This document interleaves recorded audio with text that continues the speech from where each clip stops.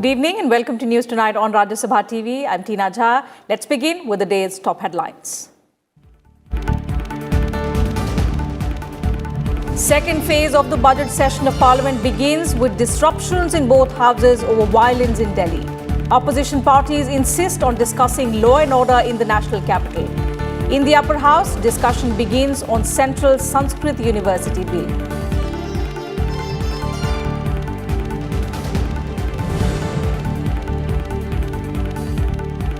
Rajya Sabha Chairman M K Naidu hopes second phase of the budget session will be more meaningful, gives details of meetings of department-related standing committees, urges political parties to ensure presence of their members at these meetings.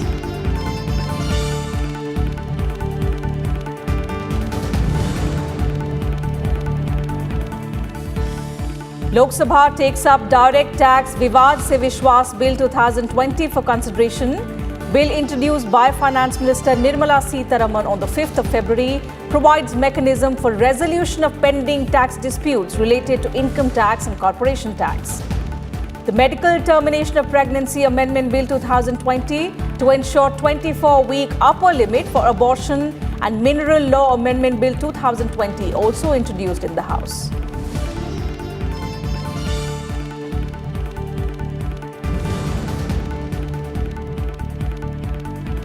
Hanging of all 4 Nirbhaya case convicts postponed once again.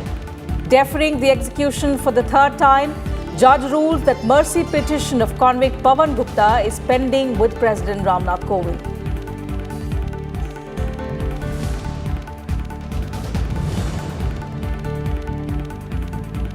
And 2 new cases of coronavirus infections, one each in national capital Delhi and Telangana reported. Patients had returned from Italy and Dubai respectively. Union Health Minister Dr. Harshvardhan allays fears. Indians advised against visiting countries like China, Iran, Korea, Singapore and also Italy.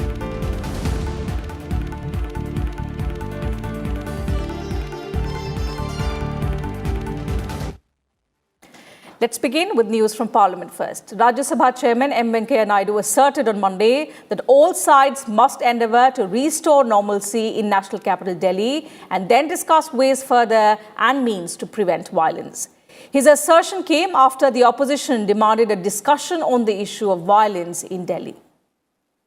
Our priority. Rajya Sabha Chairman M K Naidu admitted the seriousness of the issue of the recent violence in Delhi and assured members that after deliberations with all sides, a discussion on the issue will be allowed in the House. हम लोग एक स्वर से बोले इस house से सामान्य स्थिति लाने के लिए एक स्वर से बोले ये कोई पद्धति नहीं, ये तो कोई शोभा नहीं देते. सामान्य स्थिति लाना बहुत जरूरी है, हमारा कर्तव्य बनता है हम सब लोग मिलकर उसके लिए. इसलिए मैं चाहता हूं नेता विपक्ष से भी और नेता सदन से भी और संबंधित मंत्री से भी बातचीत करने के बाद ही मैं समय तय करूंगा कब चर्चा करना. ये तो मेरा निर्णय है. Let the total peace be restored. Let us state to see that the system is work effectively and then we normalcy to be brought in Delhi particularly in view of what has happened. Despite fervent appeals as the protests by the opposition continued, Chairman adjourned the House till 2 p.m. The House stands adjourned to meet at 2 p.m. today. When the House met again, members from the opposition parties trooped into the well of the House, raising slogans against the government. Deputy Chairman Harivansh said the discussion on the violence should take place only after restoration of normalcy, but members continued with their protests. माननीय chairman साहब ने सुबह ही कहा था महत्वपूर्ण विषय है, पर स्थिति सामान्य होने के बाद इस पर बहस करें. आप कृपया इस बहस को चलने दें. As the noisy scenes continued, the House was adjourned for the day. The House stands adjourned till 11 hours on Tuesday, 3rd March 2020. Preeti Mishra's report for Rajya Sabha TV. And the Rajya Sabha chairman also said on Monday that as many as 95 members of parliament did not attend even a single meeting of the parliamentary standing committees that reviewed allocations for different ministries post-presentation of the union budget for the 2020-21 fiscal. The 24 department-related parliamentary standing committees with 244 MPs from both Lok Sabha and Rajya Sabha considered demands for grants of all the ministries during the 3-week recess following the budget presentation. The chairman has now urged leaders of all political parties to ensure quantitative and also qualitative functioning of the committees through their improved attendance.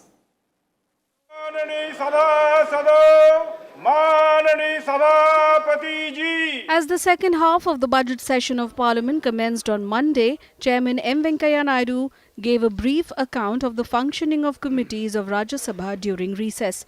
Of the 24 department-related standing committees, 8 are with Rajya Sabha and 16 with Lok Sabha.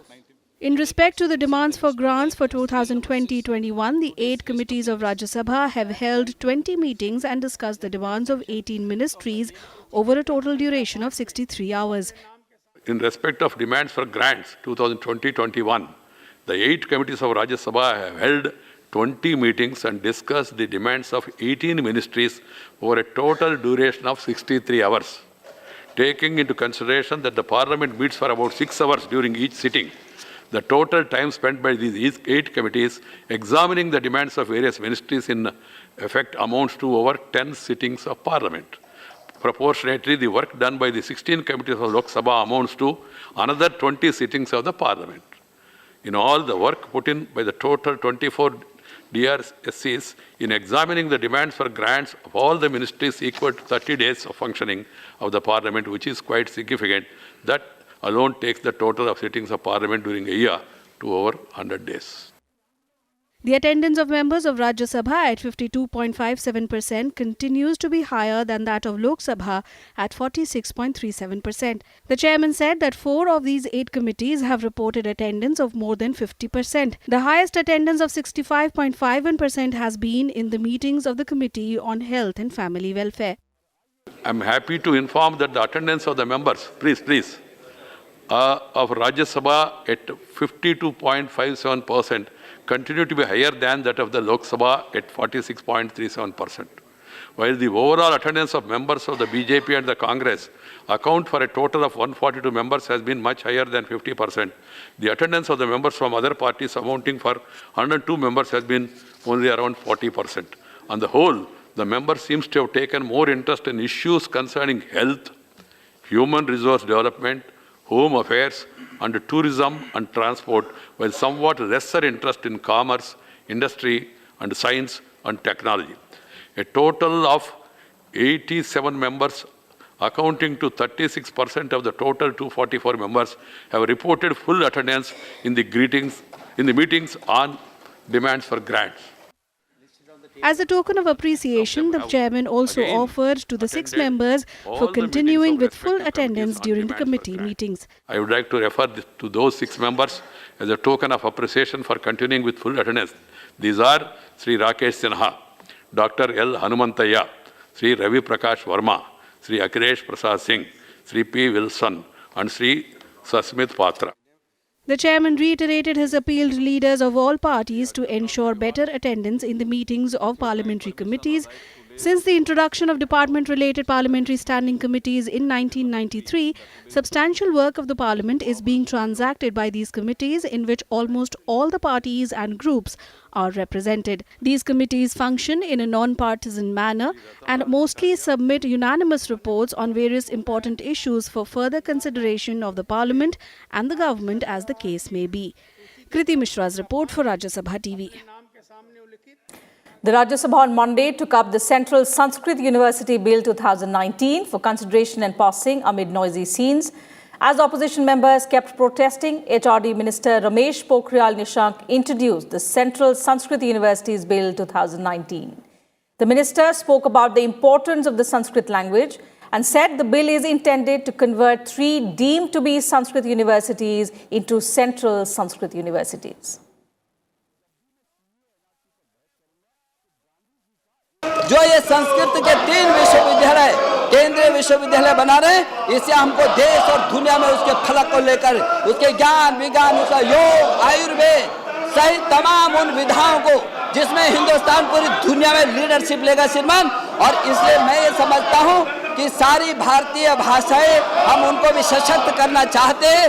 और ये जो संस्कृत में हमको जो संपदा है हमारी, ये तमाम गुलामी के थपेड़ों ने और अंग्रेजों ने जिस तरीके से हमारी उस संपत्ति को, हमारे उस विजन को, हमारे उस विज्ञान को नष्ट करने की कोशिश की है, ये 3 केंद्रीय विश्वविद्यालय फिर प्राचीन भारत जो विश्वगुरु था भारत, वही विश्वगुरु भारत बनाने की श्रृंखला में ये बहुत महत्वपूर्ण योगदान देंगे। BJP MP Satyanarayan Jatia also highlighted the importance of Sanskrit.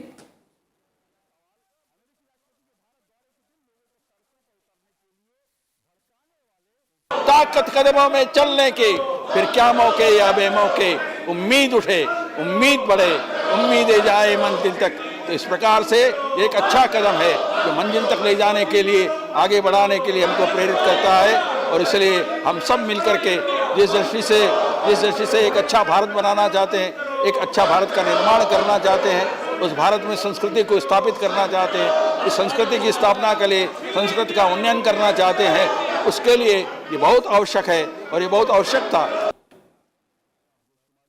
The Central Sanskrit Universities Bill 2019 was passed by Lok Sabha in December last year. The bill aims to establish and incorporate universities for teaching and research in Sanskrit.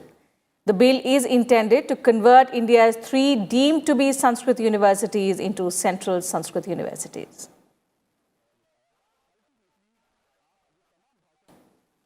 And the Lok Sabha was on Monday adjourned till 2 p.m. as mark of respect to JDU MP from Bihar, Baidyanath Prasad Mehto, who passed away recently. Speaker Om Birla expressed deep condolences to his family on behalf of the House. JDU's Lok Sabha member from Valmiki Nagar and a former minister in Bihar, 72-year-old Mehto passed away on Friday while undergoing treatment at the All India Institute of Medical Sciences in Delhi.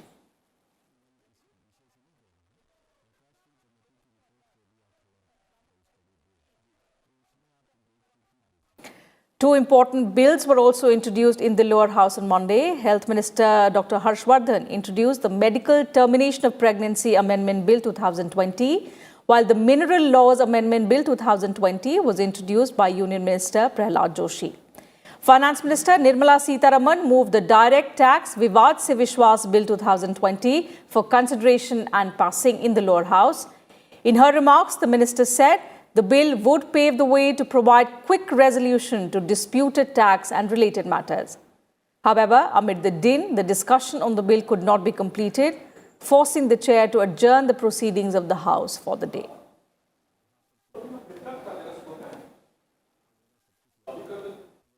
During the budget, I had very clearly stated in paragraph 126 that the government has taken several measures to reduce tax litigation. Based on that, we have come up with a scheme, Sabka Vishwas scheme, which for the indirect taxes was to reduce the litigation and in order to settle disputes. Over 1,89,000 cases were pending. Similarly now, for the direct taxes, we want to take up dispute resolution in the form of Vivad Se Vishwas scheme. And time for a short break here, but more news and updates will continue on the other side. Do stay with us.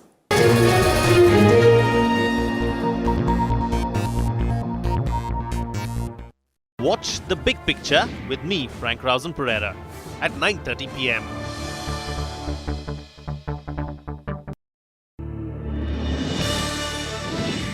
What type of Islam do you practice in Kyrgyzstan? We are a secular country. Okay. Yes, religion is not life, whole life. It's just part of life.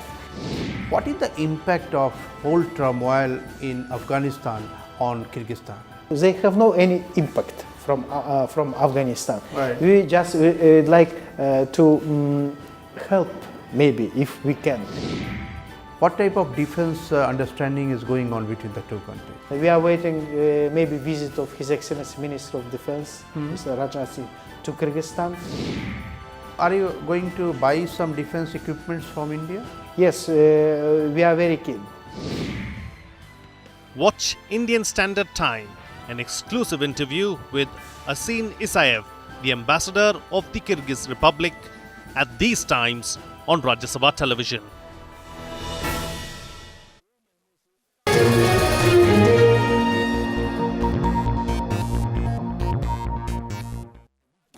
Welcome back. You're watching News Tonight. 2 new positive cases of the novel coronavirus, one in Delhi and another in Telangana, have been reported in the country. The Union Health Ministry said the government has stepped up its efforts to detect and check the infection, which has killed more than 3,000 people across the globe. The person from Delhi had travelled to Italy recently and he is now being treated at the RML hospital in the city. The other person with the coronavirus infection has a travel history to Dubai. Meanwhile, Rajasthan Health Minister Raghu Sharma said on Monday that an Italian tourist has been found positive of the coronavirus in Jaipur. In the first sample collected on the 29th of February, the man tested negative, but after his condition worsened, a second sample was collected and that now he is tested positive. The minister said that due to variations in the reports, samples have also been sent to NIV Pune for testing. दो और positive cases, एक case Delhi में और एक case Telangana में, और जिनकी travel history है, एक की इटली से और एक की दुबई से. ये 2 और केसेस हमारे पास पॉजिटिव अभी इंडिया के अंदर आए हैं. यानी अभी तक हमारे पास टोटल पॉजिटिव केसेस जो भारत में अभी तक टेस्टिंग में पॉजिटिव आए हैं, उनकी संख्या 5 हो गई है. The health minister also advised people to avoid non-essential travel to Iran, Italy, South Korea and also Singapore, saying India was in discussion with authorities in Iran and Italy to evacuate the Indian nationals there. 12 देशों से आने वाले passengers जो हैं, उनकी universal screening कर रहे हैं. इसमें शुरुआती दौर में आप जानते हैं कि China, Singapore, Thailand, Hong Kong, Japan और साउथ कोरिया से आने वाले लोगों की यूनिवर्सल स्क्रीनिंग हो रही थी, जिसमें सब्सिक्वेंटली हमने Vietnam, Malaysia, Nepal, Indonesia, Iran और इटली को ऐड किया है. Aviation regulator DGCA has said that all passengers coming from Italy and Iran would undergo thermal screening at the airports. Passengers from 10 countries, China, Hong Kong, Japan, South Korea, Thailand, Singapore, Nepal, Indonesia, Vietnam and also Malaysia are already being screened at all Indian airports.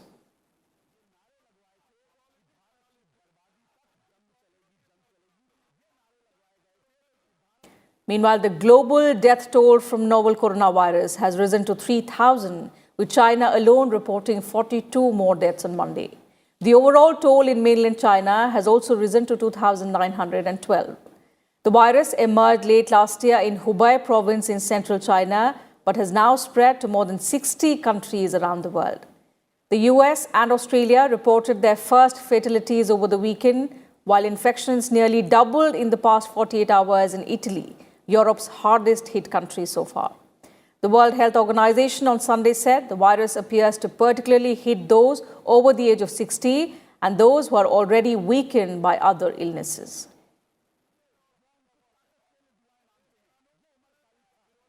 Iran on Monday announced that there have been 66 deaths amid 1,501 confirmed cases of novel coronavirus. The country has had the highest number of deaths from COVID-19 outside mainland China, and a handful of countries in the region have reported infections among people who travel to the Islamic Republic.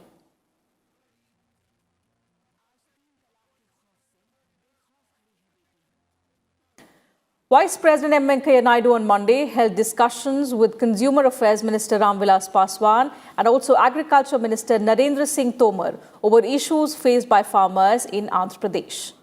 Officials from the Food and Public Distribution Department and also Food Corporation of India briefed the Vice President about the overall procurement scenario in the state.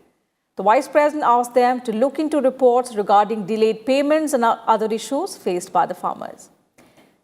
The Vice President also interacted with Finance Minister Nirmala Sitharaman and requested her to look into the issue of sanction of funds to the Andhra government.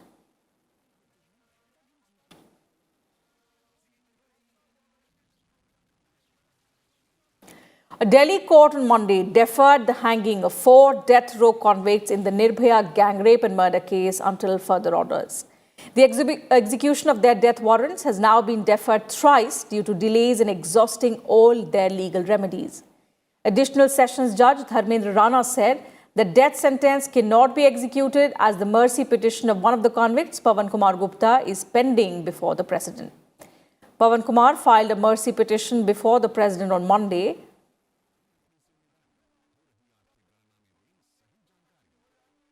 Earlier in the day, the Supreme Court had dismissed Gupta's curative petition, while the trial court dismissed the petitions of convicts Pawan and Akshay Kumar Singh, in which they had appealed that their death warrants be stayed.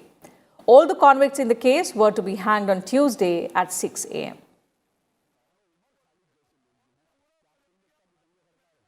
India on Monday assured Bangladesh that the updation of the National Register of Citizens will have no implications for its people.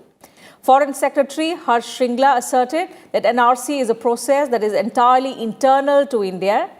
Speaking at a seminar, Bangladesh and India, a promising future, held in Dhaka on Monday, the Foreign Secretary lauded Bangladesh for providing shelter to displaced Rohingya Muslims, adding that India is also committed to offering the fullest support for any mutually acceptable solution that will enable the earliest possible return of the refugees to their homes in Myanmar.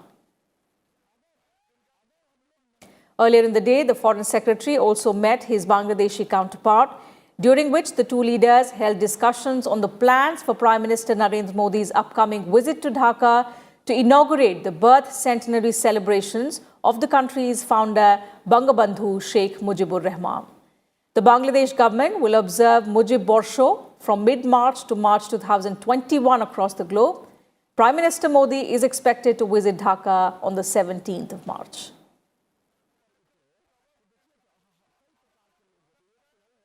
An External Affairs Minister S. Jaishankar said on Monday that although the Doha Accord between the US and Taliban has put a deadline on the reduction of American forces to 8,600 in 135 days and also complete withdrawal of all troops in 14 months, the real negotiations will start now. Referring to the upcoming intra-Afghan talks, which are slated to begin on 10th of March in Oslo, the Foreign Minister said, "We will have to see whether many of the assumptions that we had, how cohesive are the various players, what do they do, and what are their demands. And finally, does Taliban join a democratic setup, or does a democratic setup follow and adjust to the Taliban?" The statement by the External Affairs Minister was made in response to a question after his keynote address at the Center for Policy Research Dialogues on Monday.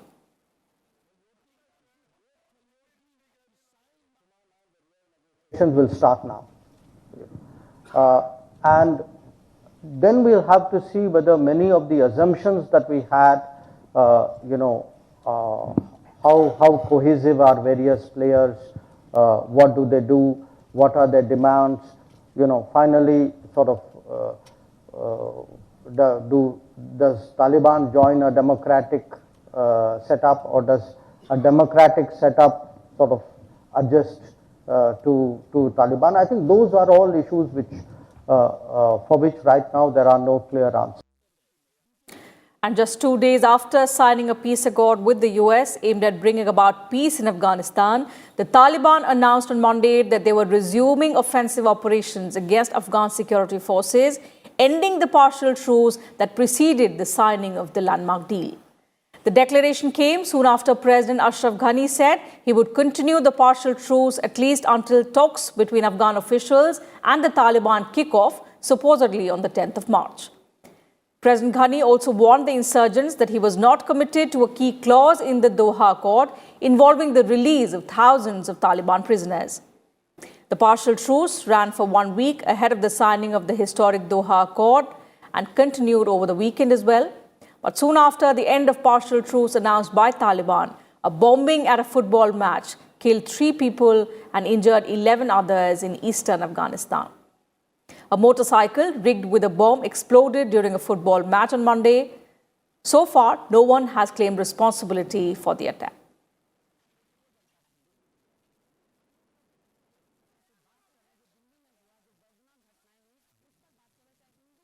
And let's now get you some news about environment and climate change.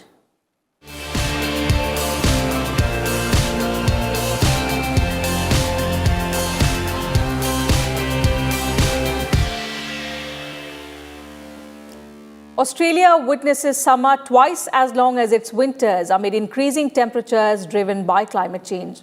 According to new weather data analysis by Australia Institute, summer across most of the country over the past 20 years was found to be about a month longer than what it used to be in the mid-20th century, and the winters had become shorter.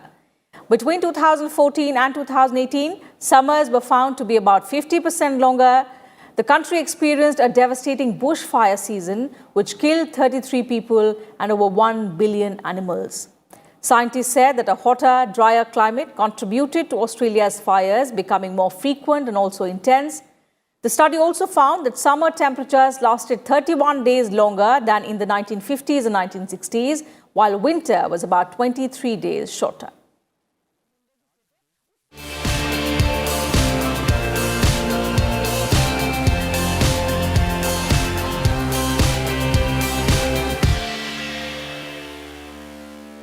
And that's it from us in this bulletin. Thank you for your time.